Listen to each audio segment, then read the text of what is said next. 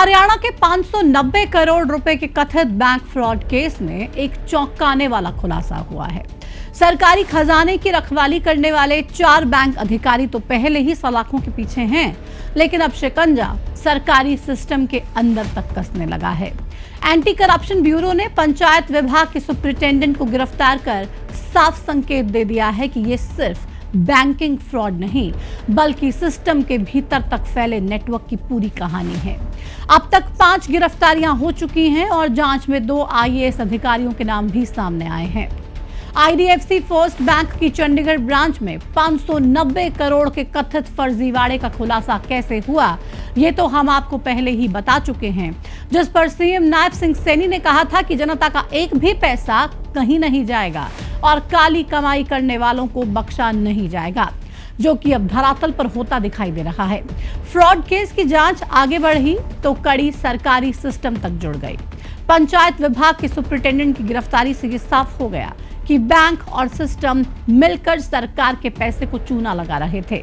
आज की इस वीडियो में मैं प्रतिमा दत्ता आपको बताऊंगी कि इस हेराफेरी में पंचायत सुपरिटेंडेंट की भूमिका क्या थी और अब तक घोटाले में क्या कुछ हुआ है, क्या कुछ एक्शन लिए गए हैं, किन अधिकारियों और कर्मचारियों पर गाज गिरी है। तो चलिए वीडियो की शुरुआत करते हैं और सबसे पहले आपको बताते हैं पंचायत सुपरिटेंडेंट का इस घोटाले में क्या कुछ रोल रहा। जांच में सामने आया कि पंचायत विभाग के सुपरिटेंडेंट नरेश कुमार ने स्वास्थ्य देश प्रोजेक्ट कंपनी से अलग अलग तारीखों में कुल 1 करोड़ 35 लाख रुपए लिए। यह रकम कुछ बैंक खातों में और कुछ कैश में ली गई। आरोप है कि नरेश ने 25 लाख रुपए फॉर्च्यूनर गाड़ी खरीदने के लिए और करीब 10 लाख रुपए अपनी बेटी के खाते में ट्रांसफर करवाए।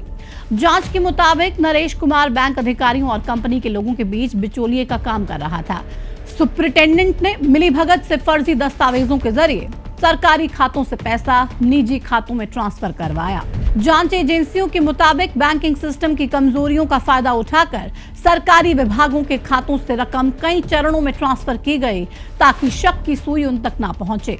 धन को फर्जी कंपनियों के जरिए घुमाया गया, जाली दस्तावेज बनाए गए और कॉर्पोरेट एंट्री दिखाकर रकम को वैध बनाने की कोशिश की गई। इस फर्जीवाड़े में अब तक कितने नाम सामने आए हैं और उनकी क्या भूमिका रही, अब आपको ये बताते हैं। एसीबी की टीम ने 28 फरवरी को बैंक मैनेजर ऋभव ऋषि को गिरफ्तार किया, जो पूरे फर्जीवाड़े का मास्टरमाइंड था। ये मामले में पहली गिरफ्तारी हुई। इसी केस में दूसरा नाम आईडीएफसी फर्स्ट बैंक के रिलेशनशिप मैनेजर का जुड़ा, जो अधिकारियों से संपर्क पर एफडी खुलवाने का काम करता था और योजना को जमीन पर उतारता था। फ्रॉड केस में तीसरी गिरफ्तारी स्वाति सिंगला की हुई, जो रिलेशनशिप मैनेजर अभय की वाइफ है, जिसने स्वास्थ्य देश प्रोजेक्ट नाम से फर्जी कंपनी बनाई, जिसकी वो 75% की शेयर होल्डर है। पति अभय के कहने पर फर्जी कंपनी के जरिए फंड को दूसरे अकाउंट में भेजा गया और इसी फर्जी कंपनी का 25% का हिस्सेदार स्वाति सिंगला का भाई अभिषेक सिंगला भी गिरफ्तार हुआ, जो रियल एस्टेट में फंड लगाने और निकालने की जिम्मेदारी संभालता था।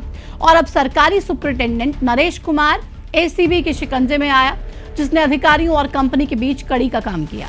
तो इस तरह से बैंक में जमा सरकारी पैसे का मिसयूज किया गया। अब आप ये सोच रहे होंगे कि ये पैसा आखिर गया कहाँ, वो आपको बताते हैं। एसीबी की जांच में खुलासा हुआ कि घोटाले की रकम से लग्जरी एसयूवी खरीदी गई, पारिवारिक खर्चों में मोटी रकम खर्च की गई, प्रॉपर्टी शेयर मार्केट में निवेश किया गया। जांच में यह भी खुलासा हुआ कि बड़े अधिकारियों के लिए गुरुग्राम और हिमाचल के लग्जरी होटल्स में प्राइवेट पार्टीज आयोजित की जाती थी, जबकि छोटे अधिकारियों और कर्मचारियों के लिए मोरनी के फार्म हाउस और कालका के होटलों में स्पेशल इंतजाम करवाए जाते थे। बहरहाल पंचायत सुपरिटेंडेंट नरेश कुमार की गिरफ्तारी के बाद आरोपियों की संख्या अब 5 हो गई है। हालांकि इस कथित बैंक घोटाले में सरकारी अधिकारी कर्मचारी की ये पहली गिरफ्तारी है। अभी एसीबी की जांच में 2 आईएएस अधिकारियों सहित कई बड़े नाम भी शामिल हो चुके हैं, जिनके खिलाफ एसीबी डिजिटल सबूत जुटाने और उन्हें वेरीफाई करने में जुटी हुई है। इसमें कई और बड़े नाम सामने अभी आ सकते हैं। अब देखना ये होगा कि जांच की अगली कड़ी किस बड़े नाम तक पहुंचती है, उसकी जानकारी भी आपको सबसे पहले देंगे। फिलहाल इस वीडियो में इतना ही। मुझे दीजिए इजाजत। नमस्कार।